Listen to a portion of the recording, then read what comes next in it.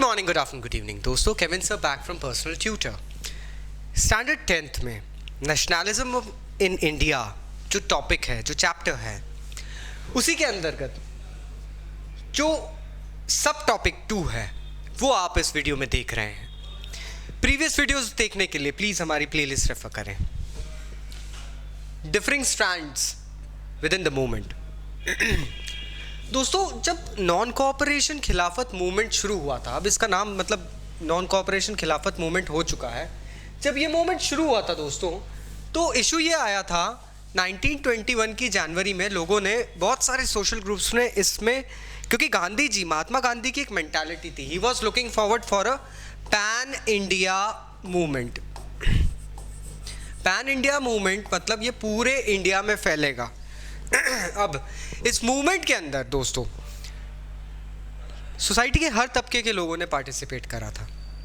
गांव में, शहरों में, प्लांटेशंस में, हर जगह लोग जहां जहां ब्रिटिश पॉलिसीज से सताए हुए थे, उन सभी लोगों ने इस मूवमेंट में पार्टिसिपेट करा था। लेकिन प्रॉब्लम था दोस्तों, everybody had their own specific aspiration.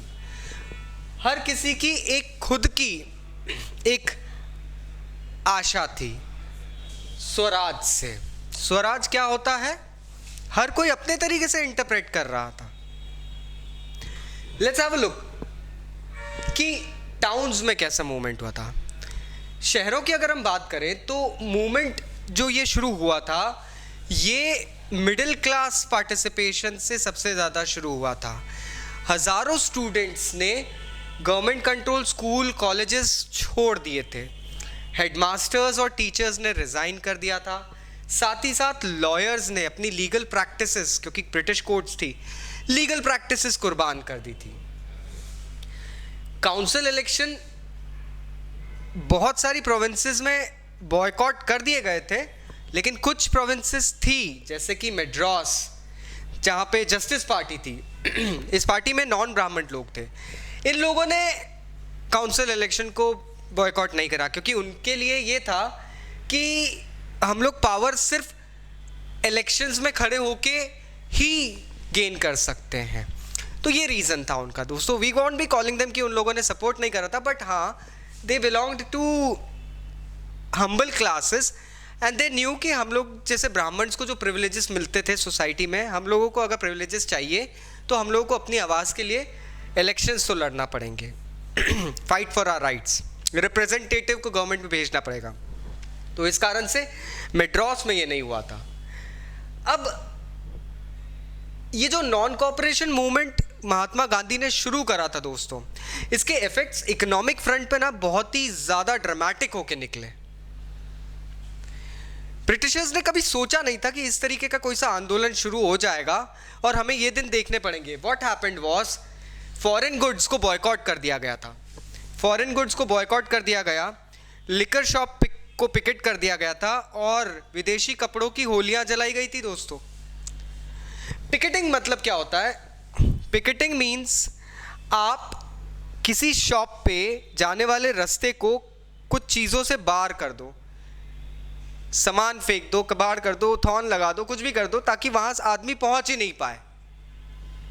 तो ये सब चीज़ें शुरू हो गई थी। फॉरेन कपड़े की होलियाँ, बड़ी बड़ी होलियाँ जलाई गई थी। I remember some of my family members explaining it to me that they had seen these things. बड़े बड़े होलियाँ विदेशी कपड़ों की जलाई जाती थी। इनफैक्ट 1921 से लेके 1922 के बीच में import of foreign clothes half हो गई थी। इसको इस तरीके से समझो कि 102 करोड़ का बिजनेस 57 करोड़ पे आके टिक गया था। So yes, there was something majorly going wrong. बहुत सारी जगह मर्चेंट्स और ट्रेडर्स ने फॉरेन गुड्स में ट्रेड करना या फॉरेन ट्रेड को फाइनेंस करने में सीधे मनाही कर दी थी। They said no. साथ ही साथ ये जो मूवमेंट जैसे जैसे फैला, वैसे वैसे पूरे इंडिया में लोगों ने ना कि सिर्फ फॉरेन के कपड़े त्यागना शुरू करे, बल्कि ये भी डिसाइड करा अब हम इंडियन मेड कपड़े ही पहनेंगे। खादी, हम इंडियन टेक्सटाइल और इंडियन हैंडलूम के प्रोडक्ट्स ही पहनेंगे। तो हुआ ये कि इंडियन टेक्सटाइल और इंडियन हैंडलूम के प्रोडक्ट्स की सडनली राइज होने लगी। अब ये जो मूवमेंट था ये सिटीज में धीरे धीरे दोस्तों धीमा पड़ने लगा। क्यों, इसको समझते हैं। सडनली सिटीज में क्या होने लगा, एक मेजर ड्रॉबैक यहां आता है। Don't take me wrong, but analysis करने पे एक चीज पता चलती है। आप लोगों ने फॉरेन स्कूल्स बॉयकॉट करे, आपने फॉरेन यूनिवर्सिटीज बॉयकॉट करी, आपने फॉरेन ऑफिसेज बॉयकॉट कर दिए। अब आप मिडिल क्लास को बिलोंग करते हो।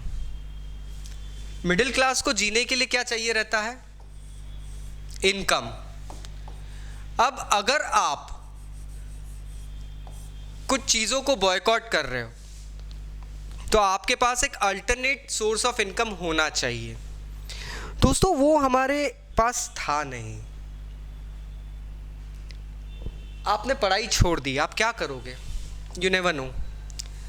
आपने यूनिवर्सिटी में आप प्रोफेसर हो, आपने जॉब्स छोड़ दी, आपके पास कमाने के लिए और कुछ है नहीं। आप गवर्नमेंट ऑफिस में काम करते हो, आपने वहां पे नौकरियां छोड़ दी, अगेन आप हैंड टू माउथ हो रहे हो, घर कैसे चलेगा। एक कॉमन मिडिल क्लास इंसान के लिए अपना घर चलाना सबसे ज़्यादा इंपॉर्टेंट होता है। And for this reason if you went ahead और आपने जोश में पहले पहले एक मूवमेंट ज्वाइन करा, आपने अपनी जॉब्स छोड़ दी, आपने सब कुछ ख़त्म कर दिया, कमाओगे कहाँ से। आपको चाहिए अल्टरनेट सोर्सेस, जो कि उस वक्त हमारे पास नहीं थे या बहुत कम थे। एक लिमिट के बाद में कितने लोग जॉब्स पे आ सकते हैं उस सोर्स में, मतलब जब फैसिलिटी पूरी फुल हो जाएगी तो कितने लोग उसमें आ पाएंगे। That was wrong. होता ये है ये मूवमेंट जो सिटीज में चलने वाला था ये ग्रेजुअली स्लो होने लगा, लोग धीरे धीरे इससे दूर होने लगे। पहला रीजन, आपने फॉरेन क्लोथ की इंपोर्ट रोक दी। मैनचेस्टर की मिलों में जो सामान थोक में बनता था, विद इन मिनट्स एक शर्ट बन जाता था। अब खादी में वो चीज बनने में जितना टाइम लग रहा है वो बहुत लगता था। Khadi was often expensive because it required more man power and time. So khadi थोड़ी महंगी थी। हर कोई इंसान इंडिया में रहने वाला, स्पेशली पुअर, एफर्ट नहीं कर सकता था। तो वो मिल के कपड़े को कब तक बॉयकॉट करके रख सकते थे। सिमिलरली ब्रिटिश इंस्टीट्यूट्स को आपने बॉयकॉट कर दिया, बट आपके पास में इंडियन इंस्टीट्यूशंस कहाँ थे। सो ले दे के स्टूडेंट्स और टीचर्स को वापस गवर्नमेंट स्कूल में जाना पड़ा जो कि ब्रिटिश बिल्ट थे। लॉयर्स को वापस गवर्नमेंट कोर्ट्स में जाना पड़ा जो कि अगेन ब्रिटिश बिल्ट थी। कंट्री साइड में अलग कहानी चल रही थी। हम कर रहे हैं बात गांव और देहात की। कंट्री साइड में भी स्वराज का मीनिंग लोगों ने अलग निकाला था, क्योंकि यहां पर पेजेंट्स और ट्राइबल्स फर्स्ट वर्ल्ड वॉर के बाद में काफी ज्यादा पिसे हुए थे। इकोनॉमिक कंडीशंस बहुत हार्श कर दी गई थी। अवध, जिसे औध कहते हैं, नवाब वाजिद अली खां साहब की अगर बात होती है, we'll come to that later। Awadh में जो पेजेंट्स थे, इनके एक मसीहा थे बाबा रामचंद्र, एक सन्यासी थे जो कि पहले ब्रिटिश लेबरर बन के फीजी गए थे, दैट इज कैरिबियन आइलैंड्स। यहां पे जो स्ट्रगल था स्वराज का, it was not against Britishers specifically, it was against the taluqdars and landlords क्यों? क्योंकि ये तालुकदार और लैंडलॉर्ड्स जो होते थे, ज़मींदार, वो लोग उन किसानों से ज़्यादा रेंट मतलब लगान वसूल करते थे। तो यहाँ ब्रिटिशर्स तो बहुत टॉप ऑफ द लाइन आते हैं, डायरेक्ट लाइन में तालुकदार और ज़मींदार आ रहे हैं। ये लोग क्या करते थे, ये लोग जो पेजेंट्स थे उनको बेगार करने पे मजबूर करते थे। Now what is a begar? बेगार वो काम होता है कि भैया मैंने आपको पैसे दिए, आप मेरी ज़मीन पे काम करो विदाउट एनी पेमेंट। आपने साहूकार से अगर पैसे लिए तो आप साहूकार के पैसे का उसका रेंट कैसे चुकाओगे? You will be going ahead and doing work for him but you want be getting any payment. वो बेगार होता था। बहुत सारे पेजेंट्स को लैंडलॉर्ड के फार्म्स में एज अ बेगार काम करना पड़ा। टेनेंट्स को कोई सिक्योरिटी नहीं थी यहाँ पे टेन्योर की। कभी भी उनको उनकी ज़मीनों से भगा दिया जाता था। जो लोग टेनेंट्स थे मतलब रेंटेड वर्कर्स, उनको ज़मीनों की कोई सिक्योरिटी थी नहीं। कभी भी ज़मीन से उनको भगा दिया जाएगा, किसी और को रख दिया जाएगा। प्रॉब्लम ये हो रहा था कि पेजेंट्स ने जो मूवमेंट शुरू करा था, उनके मूवमेंट के मेन हाइलाइट्स थी reduction of revenue, abolition of begar and social boycott of oppressive landlords. Revenue आप कम करो, बेगार को हटाओ, और ये जो लैंडलॉर्ड्स हैं जो ऑपरेसिव हैं उनका सोशली बॉयकॉट करो। दोस्तों, यहाँ फाइट डायरेक्टली ब्रिटिशर्स के खिलाफ नहीं चल रही है, यहाँ फाइट चल रही है हमारे ही इंडियन ब्रेथरेन्स के खिलाफ who are working for Britishers. बहुत जगह नाई धोबी बंद ऑर्गेनाइज किए गए कि कोई नाई ब्रिटिश महकमे के काम करने वाले ज़मींदार तालुकदार को अपनी सर्विसेज नहीं देंगे। बाबर एसोसिएशन, धोबी मतलब वॉशरमैन्स, ये लोग अपनी सर्विसेज नहीं देंगे। जून 1920 में जवाहरलाल नेहरू अवध के विलेजेस में जाने लगे, अवध के आसपास के विलेजेस में जाने लगे और उनकी तकलीफ़ें सुनने लगे। अक्टूबर आते आते औध किसान सभा जवाहरलाल नेहरू ने सेटअप करी थी। अब औध किसान सभा जो थी, इसमें जवाहरलाल नेहरू, बाबा रामचंद्र, इन सब लोगों ने मिलके एक ऑर्गेनाइजेशन सेटअप कर लिया था। 1 महीने के अंदर 300 ब्रांचेस खुल गई थी आसपास के विलेजेस में और पूरे क्षेत्र में, अवध के क्षेत्र में। That comes in northern UP. और जब नॉन कोऑपरेशन मूवमेंट शुरू हुआ तो कांग्रेस का मेजर पॉइंट ऑफ व्यू ये था कि अब इस औध किसान सभा को भी हम नॉन कोऑपरेशन मूवमेंट में लेके आ जाते हैं, तो हमारा एक ड्यूअल फोल्ड मैनिफेस्टेशन हो जाएगा। उधर हमारा खिलाफत मूवमेंट के साथ टाई अप हो चुका है, यहाँ पे औध किसान सभा को भी हमारे साथ में ले लेंगे, पेजेंट्स को भी हमारे साथ में ले लेंगे। एक मैनिफोल्ड लेवल पे हम लोग ब्रिटिशर्स के खिलाफ एक आंदोलन शुरू करेंगे।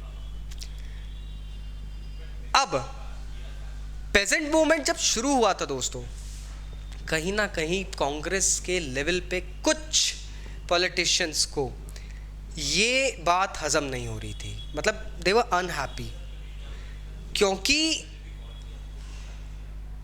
गड़बड़ ये होने लगी थी कि ये जो मूवमेंट जब शुरू हुआ 1921 में, तो तालुकदार और मर्चेंट्स के घरों को वैंडलाइज करना शुरू कर दिया गया, लूटना शुरू कर दिया गया दोस्तों।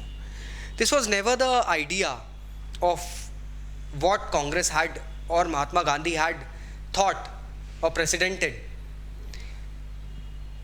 प्रॉब्लम ये हुआ था, बहुत सारे बाजारों को लूटा गया, ग्रेन होर्ड्स जो अनाज के भंडार थे उनको लूटा गया, और लोकल लीडर्स पेजेंट्स को ये बोल रहे थे कि महात्मा गांधी ने ये ऑर्डर निकाला है कि कोई टैक्स नहीं देना और जो ज़मीनें हैं वो वापस किसानों को बांटना है।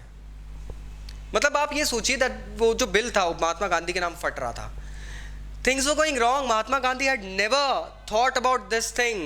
So finally the name of Mahatma was being invoked to sanction all actions and aspirations. जिसकी जो इच्छा हो रही है महात्मा गांधी के नाम पे करो, Don't think about the consequences on all. अब ये चल रहा था कंट्री साइड में। Let's talk about the tribals जो थे, उन्होंने महात्मा गांधी के इस मैसेज को एक और वे में इंटरप्रेट करा। जैसा कि मैंने बताया आपको कि हर जाति जनजाति के लोग महात्मा गांधी के मैसेज को बहुत अलग अलग वेज में इंटरप्रेट कर रहे थे। ट्राइबल्स ने इसको अलग वे में इंटरप्रेट करा। फेमस इंसिडेंट है आंध्र प्रदेश की गुदेम हिल्स में 1920 में एक मिलिटेंट गुरिल्ला वॉरफेयर शुरू हो गया था। गुरिल्ला वॉरफेयर क्या होता है दोस्तों? आप जंगलों में छिप के हमला करते हो, तो वो शुरू हो गया था। गाइस, ये एक ऐसा फॉर्म नहीं था जो कांग्रेस कभी अप्रूव करती। आप छिप के you are killing people, no, not at all. यहां पे कॉलोनियल गवर्नमेंट ने बहुत सारे बड़े बड़े फॉरेस्ट एरियाज को एनक्लोजर बना के रखे थे।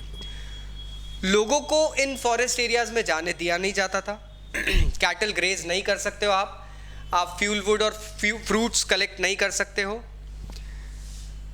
इससे पहाड़ी लोग जो थे, जो कि अपनी आजीविका जंगलों से ही लेते हैं, मतलब जंगल से सब्जी, लकड़ी, घर चूल्हा जलाने के लिए लकड़ी, फ्रूट्स कलेक्ट करते हैं, एनिमल हंट करके लेकर आते हैं, वो लोग थोड़े इनरेज हो गए थे। बात हो रही गुदेम हिल्स की।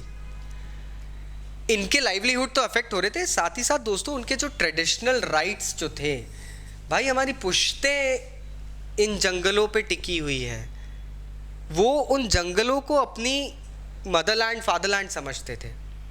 हमारी पुश्तैनी हक जो है वो हमसे छीना जा रहा है। प्रॉब्लम ये हुआ था, गवर्नमेंट ने उनको फोर्स करना शुरू करा बेगार करने के लिए। क्यों? क्योंकि रोड्स बनानी थी। हिल के लोगों ने रिवोल्ट कर दिया। सबसे फेमस फिगर इस रिवोल्ट का अगर मैं बताऊं तो अल्लूरी सीतारमन राजू, फेमस नाम दोस्तों, यस, इस वक्त आया था। अल्लूरी सीतारमन राजू को कहते हैं that he had mistake powers, godly powers. Astrological predictions बिल्कुल सही करेंगे, जो भी भविष्यवाणी करेंगे सही करेंगे। इनफैक्ट बुलेट शॉट्स भी उनका कुछ नहीं बिगाड़ सकते। कोई उनको गन से गोली मारेगा तो भी कुछ नहीं होगा। लोगों ने ऐसे रेवर करना शुरू करा था। अब रिबेल्स ने इतना उनको मानना शुरू करा कि ये तो भगवान के ही अवतार हैं। अल्लूरी बात कर रहे हैं हम लोग, अल्लूरी सीतारमन राजू की। सीताराम राजू की अगर बात हो रही है तो भैया भगवान के अवतार है। लोगों ने उनको इस तरीके से शुरू कर दिया था।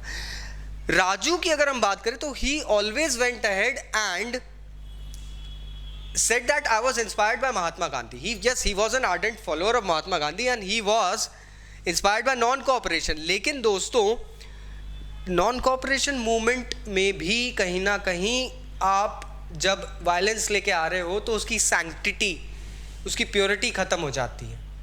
क्योंकि नींव जो महात्मा गांधी ने रखी थी वो रखी थी नॉन वायलेंस के ऊपर।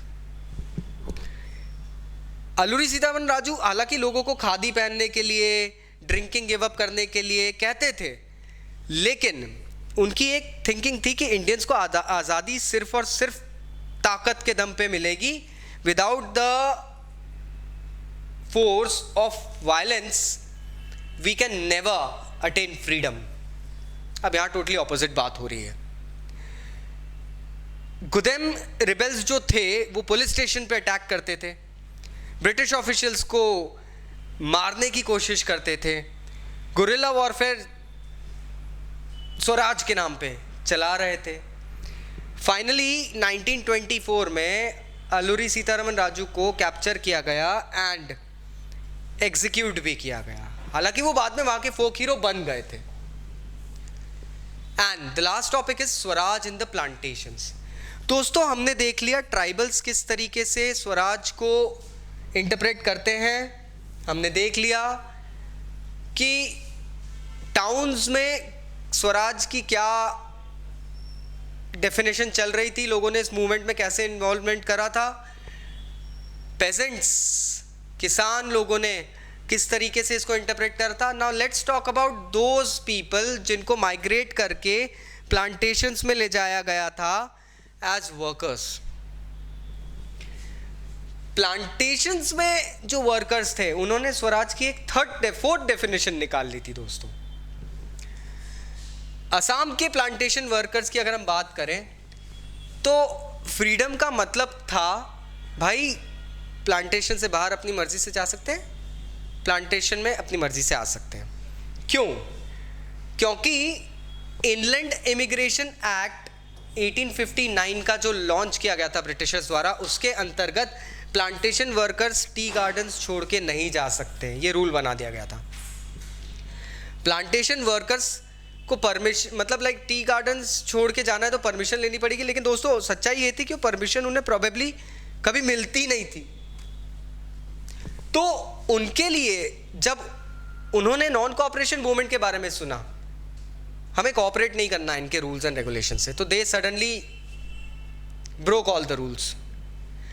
अब हजारों वर्कर्स ने अथॉरिटीज के ऑर्डर्स को डिफाई करा, प्लांटेशंस को छोड़ा और चल दिए अपने घरों की तरफ। लेकिन वो एक चीज भूल गए थे,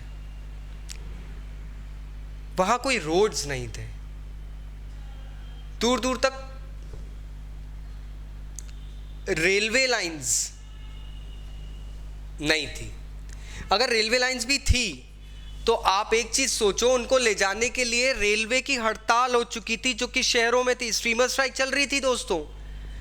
तो हमारे इंडियन काउंटर पार्ट्स ने शहरों में जो रेलवे स्ट्राइक करी थी तो ट्रेन चल नहीं रही थी। अब ये प्लांटेशन वर्कर्स किस तरीके से रेलवे लाइंस पे ट्रेन में चढ़ के किस तरीके से मेन लैंड में आएंगे? We had not anticipated that. Even they had not.